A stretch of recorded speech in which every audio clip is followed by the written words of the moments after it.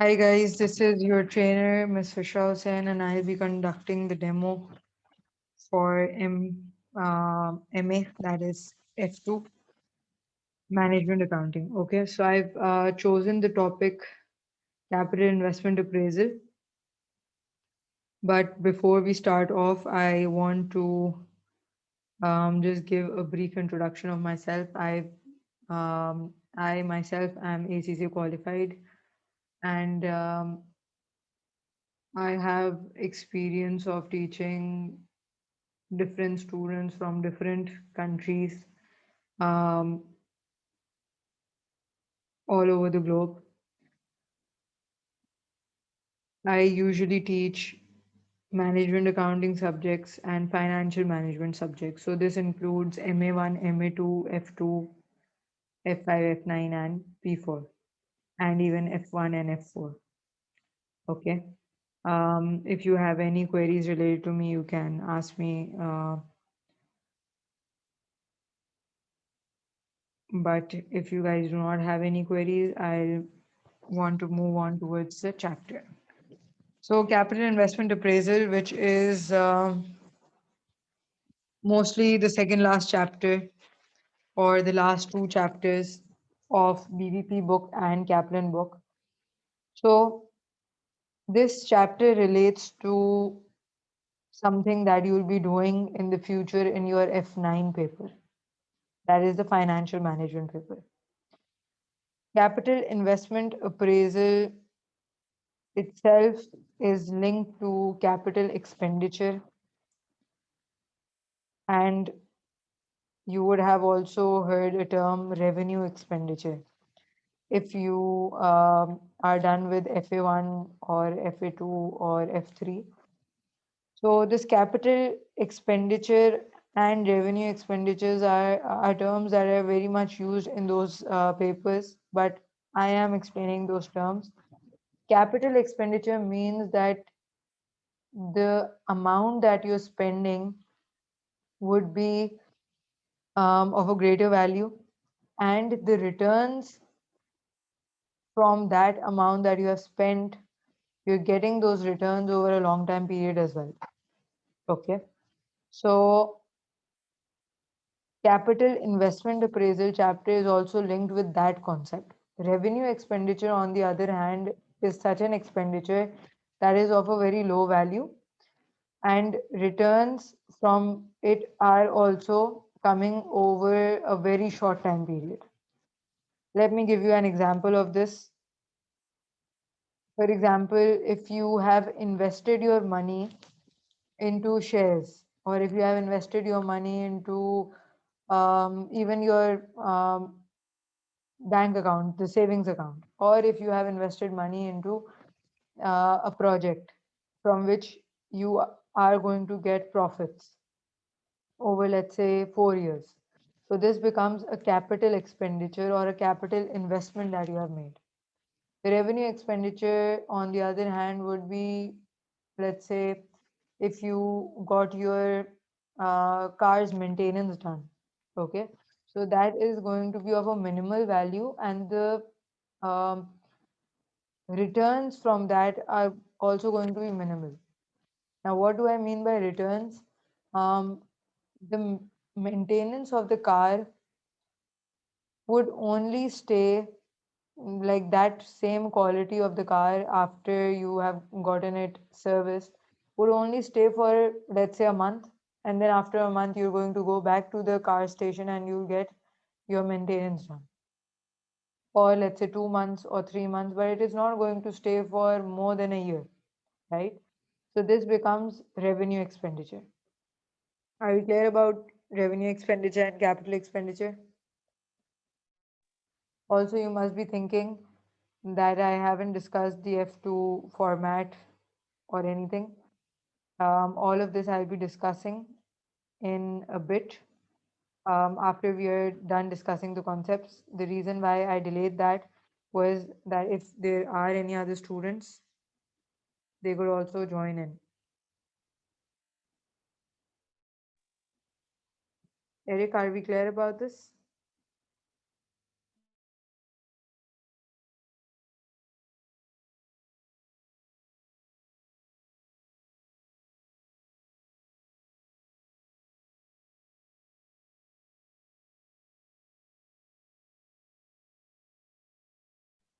All right, great. So moving on, capital investment itself is a long-term investment that you do, such as in a project or in a vehicle or in a business. And through that, you're getting profits or you're getting benefit out of it for a long time period.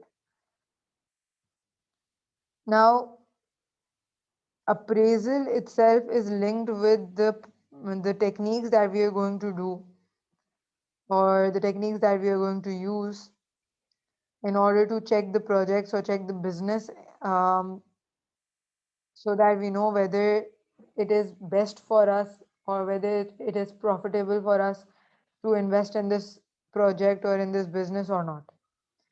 So there are various capital investment appraisal techniques that we'll be looking at when we go into starting the course fully.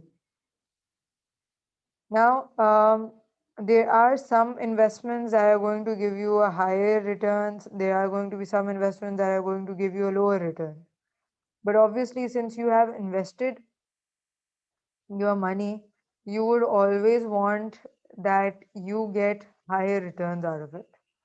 Because if you do not get high returns out of it, you will be demotivated as to why did I even invest my money, right? And plus, your money is something that can get you returns or can get you profits. So you would always want that you invest in such a project or such a place from where you can get higher profits. Nobody would want to invest money into something that is not giving you enough profits. Okay. Now, the concept of time value of money is also linked with capital investment appraisal. Time value of money is linked with the idea that if you have money today and you want to buy something out of that money, you might be able to afford that today from that same amount. But in a year's time, you won't be able to buy the same amount of goods from the same amount of money. Why? Because there's general inflation.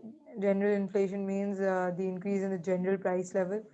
Every year, every country experiences some kind of inflation. Prices go up more than the previous year, but people's incomes do not change as quickly as the prices change.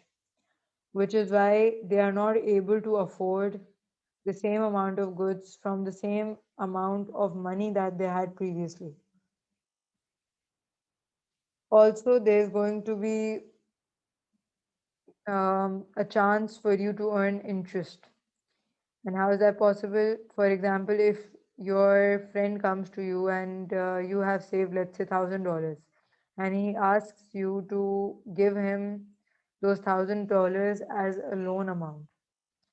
Now, you would be ready to give him this money as a loan, but you will be like, what is the amount that you're going to give me back? And if he tells you that I'll give you the same $1,000 back and I won't pay you any interest amount, you'll probably not want to loan him the amount. The reason why the case is such is that when you are giving him $1,000, you're basically giving him the money that you saved up for yourself because you wanted to do something that is of your interest. But because he needed it urgently, so you are going to give him that money.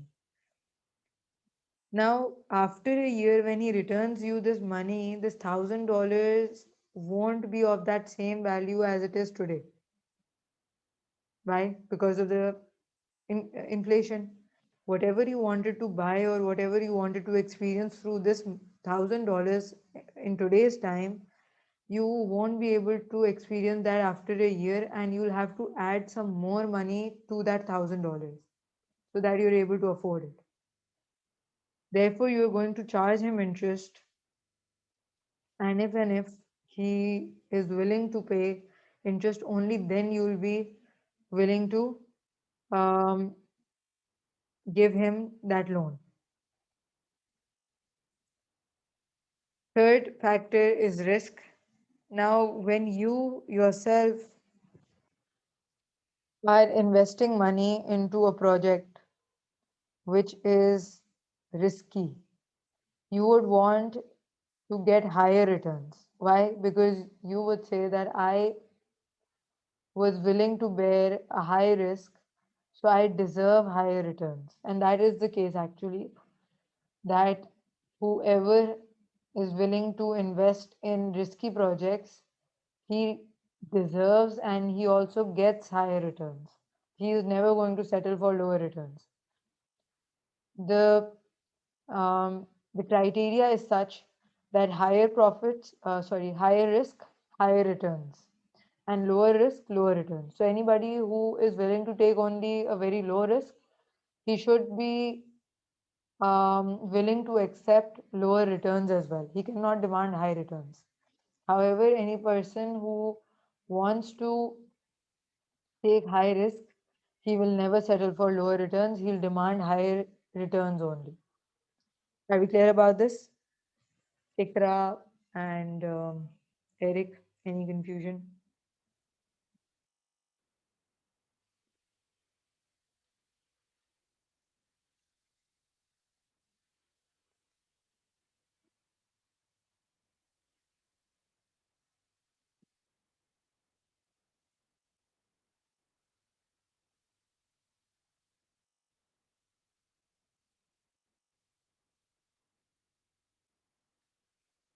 Hello. Yeah, Is this orientation lecture? yeah, this is the demo lecture. We haven't discussed the format as of yet. I was waiting for some students to join in, and then I thought that it is best to discuss the format of the paper and all at the end of the class so that if somebody joins late, they can also hear that bit. Eric, Okay, right. the time value of money, you're saying how is it different with appraisal technique? Do you mean how is it different from appraisal techniques? If that is what you mean, then yeah, you're saying something. Yes, that's what I wanted to ask. All right. So basically, the appraisal techniques, some of them do include the concept of time value of money, and others do not include the time value of money. You'll see when we do the chapter, if you join the course, that there are some techniques that are going to take into account the time value of money, and then we'll compute the profits, or we'll check whether the projects are good enough for us to invest or not. But some techniques do not include time value of money, and all of this will be going into great detail once we move towards chapter. Yeah, you want to say something? Uh, yeah. Uh, are you taking only orientation class, or you will continue for the chapters? No, I'll only take a demo class. After that, what is about your F2 syllabus? Um, you mean how to join the classes? Are you talking about that? Oh no, I'm saying that if you are just giving orientation Yeah, class, yeah, then what's about F2 syllabus? Yeah, I mean that F2 lectures further yeah, yeah. for मतलब chapters के लिए. Um, I am going to talk about that in a bit once I'm done discussing the concepts, so that you guys can do get a feel of my teaching. Also, Okay, sure. I am going to add the number of the admin just right now. So just in case you want to sign up for the course, you can message the admin as well. How much time does your course takes for whole chapter, for whole syllabus? Um, Around 1.5 months is an ideal time for F2. If you want to go at a normal pace. But if you want a crash course, then that is going to be faster. Okay, sure. Thank you so much. No problem. I have sent the WhatsApp number of the admin member on the chat if you guys want to talk to him about joining. So you can message him. Now, continuing with the capital investment appraisal concept, interest is the amount that we are going to get on our investment over a period of time. All right, so there are going to be two um, ways of calculating interest, and there are basically two concepts of interest. One is simple interest, and the other is compound interest. Simple interest is the amount of interest that you get every year, and this amount is going to be same every year, because the rate that you apply for the interest calculation is the same, and you're going to apply that on the principal amount every year. But in compounded interest, what happens is that the interest amounts are going to differ every year, because you are going to apply the interest rate on the compounded amount. So if you see the simple interest example, we have $1,000 and the interest rate is 10%. In year one, we are going to get 10% of $1,000, which is going to be 100. Similarly, in year two, you do the same calculation, and in year three, you're going to do the same calculation.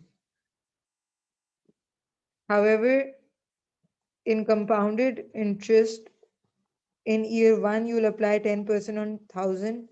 For year two, you'll apply 10% on 1,100. And for year three, you are going to apply 10% on 1,210. And by the end, if you see, the amounts are going to be different.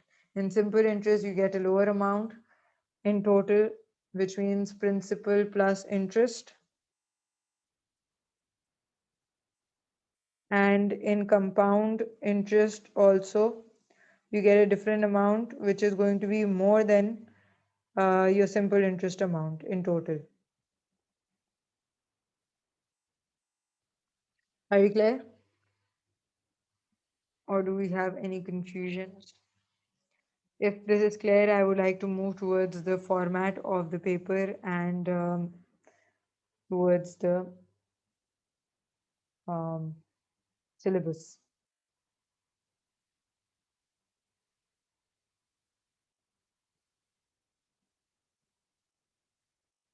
I've stopped screen sharing for a minute. Let me open the exam format and the syllabus in front of you.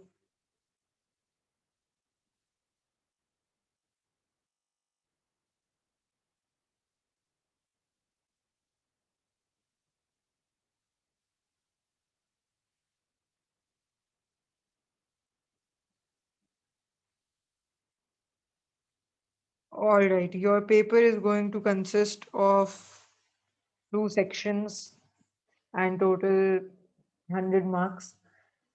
So in the first section, you will have two 35-mark questions, 35 2-mark questions. These are going to be objective questions such as MCQs. Okay. This is going to take up 70 marks because 35 questions of 2 marks each. And section B will have 3 questions of 10 marks, and these are going to be a bit longer questions as compared to section A questions. These are going to be multitask questions. These are MCQs only, but these are longer comparatively from the MCQs. These are a bit longer. And sometimes they present you a case and they link questions according to that. So we are going to first discuss the concepts. If you join the course, I'm telling you the course timeline and how am I going to take it. We are first going to discuss the concepts. We'll do the examples. We solve some questions, and after that, towards the end, we are going to um, do the kits as well. We are going to do the kit questions. One of the kit we'll be doing, like you'll be doing it with me, and the other kit you can do it on your own. I prefer that students should do both Kaplan and BPP kit. One of them they can just do it for their practice, and the other one they can do in order to examine their concepts. Okay. So the first kit that I'll be making you guys do with me, that could be for your practice, and the other kit, once you have polished your skills, you have polished your concepts, after that you can do the other kit on your own to examine how much do you know. Okay, so that you become perfect in your concepts. Now your paper is going to be of 2 hours and you will have 100 marks to achieve. So this means that you will have total 120 minutes to solve a 100-mark paper, which means per mark you will have 1.2 minutes. Okay. So right now this might seem very less to just have 1.2 minutes per mark. But as we practice questions, as we do the concepts, you will understand that you will be able to allocate only 1.2 minutes to achieve 1 mark. You'll become expert in that, hopefully. Now coming towards your syllabus,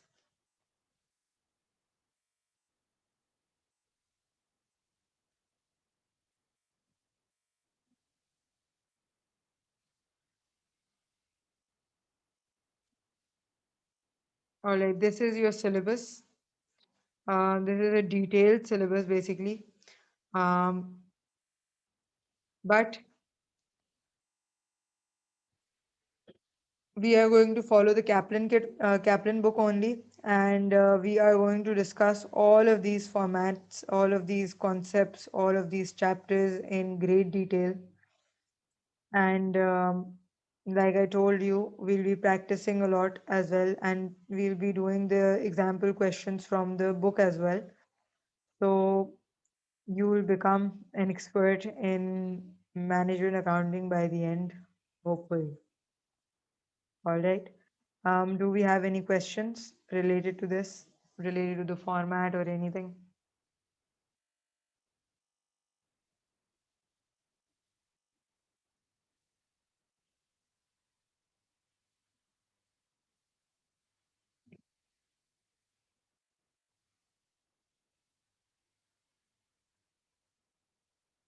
I believe we do not have any questions.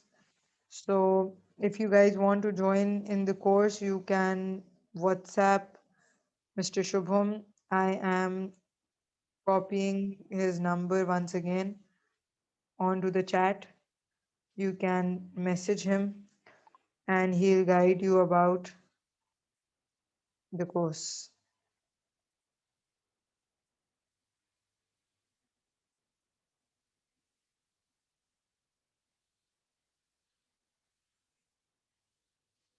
We'll keep it till here. And if you guys join the course, then talk to you soon.